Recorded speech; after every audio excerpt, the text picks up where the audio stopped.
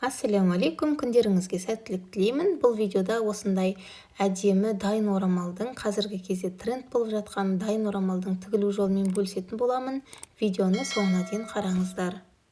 Мен осындай екі түрлі матаны қолданатын боламын. Бұл креп шифон матасы, жазға өте жақсы, жұқа, созылмайды. Алдын ала бөлшектерімді қиып алдым. Бізге осындай шеңбер қажет болады. Диаметр 33 немесе 28-33 қылып алсаңыздар да болады. Содан кейін осындай екі түрлі матадан 6 бөлшек қиып аламыз. Үшеуін осындай және үшеуін бір түсті матадан қиып алдым. Бұл жерде екі түрлі қылу маңызды емес, бір түсті қылып та тігуге болады. Бір түсті матамнан біреу, екеу және үшеу. Тура солай екінші матамды да сондай алып қиып алдым. Енін 10, екеуінің ені бірдей 10 см, ал ұзындықтары 35 см. Менде 25 пен 35-тің арасында алуға болады. Менің тігіп жатқан тюрбаным 60 размерге болғандықтан 35 қылып алдым. Енді келесі бөлшегіміз біздің осындай 4 бүрішті мата 22-22. Содан кейін осындай ұзын бөлшек қажет болады бізге. Бұл ұзын бөлшегіміздің ені 30 және ұзындығын 90-100 см қылып алсаңыздар болады. Бұдан бізге 2 штук қажет. Размерлері бірдей, бірдей етіп, осындай екеуін қиып алдым. Енді осы 6 бөлшегімізді бірдей қақ ортасынан бүктеп, үтіктеп аламыз. Тігу барысына кірісеміз. Алдымен осы бөлігімізді ізгип жағын, яғни бүктеме жағын төменге қаратып, ашылатын жағын жоғарға қаратып, видеода көріп тұрғандарыңыздай бұрышын бір-біріне келтіріп, осылай қиғашынан орналастырамыз. Содан кейін келесі бөлігімізді аламыз. Осы бір түсті матамызды алып, бұда керісінше, яғни ашылатын жағын төменге қаратып, осылай бірінің үстіне бірін теңестіріп, теңдей етіп қойып аламыз. Осы жерлердің инемен түйрелейміз, қозғалып кетпесі үшін. Содан кейін осылай соңына дейін тігіп шығамыз.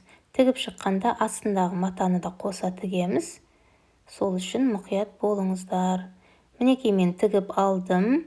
Енді осы тіккенімнің үстінен тағы бір жатқызып тігіс түсіремін. Мінекей осылай тігіп алдым. Енді келесі бөлігімізді алып, оны да ашылатын жағын төменге қаратып орналастырамыз. Бірдей теңдей бірінің үстіне бірі түсуі керек. Инемен түйрелейміз міндетті түрде. Содан кейін соңына дейін тігіп шығамыз. Мінекей мен тігіп алдым және үстінен бастырып тігіп шықтым. Енді келесі үшінші бөлігімізді тура солай төменге қарай, ашылатын жағын төменге қарай орналастырамыз. Бірінің үстіне бірін бұрыштарын келтіріп, инемен түйрелеп аламыз бірінші. Содан кейін соңына дейін тігіс түсіреміз. Және үстінен бастырып тігуді де ұмытпаңыздар. Енді соңғы бөлігіміз қалды біздің. Тура солай алдыңғыларын қалай тіктік, оны да солай етіп тігіп шығамыз. Міндетті түрде үстінен бастырып тағы бір тігіс түсіруді ұмытпаңыздар. Мінекей мен тігіп алдым. Енді екі шетін теңестіріп, осындай қиғаш болып кеткен жерлерін алып тастаймыз. Жоғарғы жағын доғал етіп қиып шығамыз. Біздің бұл орамалымыздың алдыңғы жағы. Енді осы 22-22 бөлігімізді алып ортасынан теңдей үтіктеп аламыз да 10 см ұзындығы резинкамызды тігіп шығамыз. Мінекей осындай болып шығады. Екі жағынан закрепка береміз. Орамалымыздың екі шетінде тұратын ұзын байланатын бөлігіміз бар ғой. Соны мен московский шовпен тігіп шықтым. Ондай тігіс түрлерін мен YouTube каналыма өзімнің бөлек салатын боламын. Оның видеосын бөлек қарасаңыздар болады. Мінекей өте әдемі болып тігілді. Московский шовты осындай орамалдардың шетін тіккенде қолданамыз. Міндетті түрде видеоны салатын боламын. Сол жерден қарап шығарсыздар. Енді осы бөліктерімізді бір-біріне қосып тігу ғана қалды. Мына орамалымыздың алдыңғы бөлігіне жаңағы байланатын ұзын бөлігіміз бар ғой біздің, соны шетін 1-2 сантиметрге ғана қайырып, осылай инемен түйрелеп, астыңғы жағында, үстіңгі жағында міне кішкене қайырамыз да, түйрелеп шығамыз. Ортасындағы осындай артық жерлерін қолымызбен жиырып, складкалар жасап, инемен түйрелейміз біркелкі қылып. Содан кейін резинкасы бар міне орамалымыздың бұл артқы бөлігі, соны да қосып бірге инемен түйрелейміз. Содан кейін осы 3 бөлшегімізді түзеу тігіспен тігіп аламыз. Мен қосып тігіп алдым. Осындай болып шығады. Бұл резинкасы бар жері артқы жағы орамалымыздың. Ұзын міне байлайтын жағы. Енді екінші жағына да байланатын бөлшегімізді тігу қажетпіз. Тура солай алдыңғы бөліктерімізді қалай қосып тіктік, бұны да солай тігетін боламыз. Шетін 1-2 сантиметрге ғана қайырып, осылай, содан кейін артық жерлерін жиырып, инемен түйрелеп аламыз. Инемен түйрелегеніміз өзімізге жақсы, тігу барысында қиындық туғызбайды. Содан кейін осы жерге резинкасы бар бөлігімізді әкеліп қосамыз. Алдыңғы бөлігімізді де тіктік қой, тура солай. Бұны да түзеу тігіспен үшеуін бірге қосып тігіп шығамыз. Мен осы бөліктерімізді тігіп алғаннан кейін оверлокпен тігіп шықтым. Менің матам өте сетінегіш, сол үшін осылай оверлокпен тігіп алдым. Егер оверлогыңыз болмаса, зигзагпен тігіп алсаңыздар болады. Ішкі жағы әдемі болып тұрады. Міне менің орамалымның алдыңғы жағы осылай болып шығып жатыр. Бұл жерде екі түрлі матаны қолдану шарт емес. Өзіңізде бар матаңызбен тігіп шықсаңыздар болады. Бұл не? Артқы байланатын жағы. Енді бізде соңғы төбесін тігу ғана қалды. Ол үшін матамызды, орамалымызды терісіне айналдырамыз.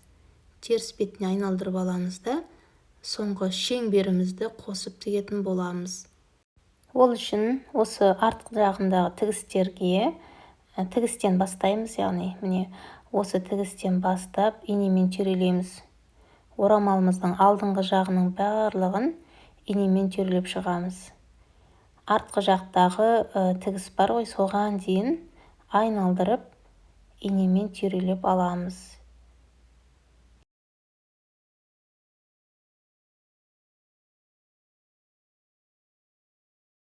Міне осы тігіске дейін барлық жерін инемен түйрелеп аламыз. Енді міне артқы жағына келдік. Осы бөлікті қақ ортасын тауып аламыз. Центрін тауып аламыз. Кішкене қайшымен қиып центр белгілесеңіздер болады, немесе мен сияқты инемен түйрелеп қойсаңыздар да болады. Енді шеңбердің де қақ ортасын тауып аламыз. Содан кейін артындағы мына резинка тұрған бөлікпен шеңберіміздің қақ ортасын бір-біріне қосып түйрелейміз. Сол кезде міне артық матамыз шықты, сол матаны қолымызбен жиырып, біркелкі етіп, инемен түйрелеп шығамыз. Видеода көріп тұрғандарыңыздай барлық артық жерлерін осылай жиырып, қолымызбен біркелкі етіп түйрелеп аламыз. Содан кейін осы шеңберді айналдырып, түзеу тігіспен тігіп шығамыз. Мінекей мен тігіп алдым. Орамалымның алды өте әдемі болып шықты. Ішкі жағы осындай оверлоктап алдым. Манағы айтқанымдай матам өте сетінегіш болғандықтан менің бұл тіккен орамалым 60-шы бас өлшеміне арналған. Егер сіздің басыңыз бұдан кішкентай болса, міндетті түрде өлшемдерді азайтып алуыңызды сұраймын. Орамалым өте әдемі болып шықты. Сіздерге де ұнады деген ойдамын. Егер менің видеом ұнаса, міндетті түрде лайк басып, әлі де каналыма тіркелмеген болсаңыз, тіркелуіңізді сұраймын. Алдағы уақытта қызықты, пайдалы видеолармен бөлісіп отырамын.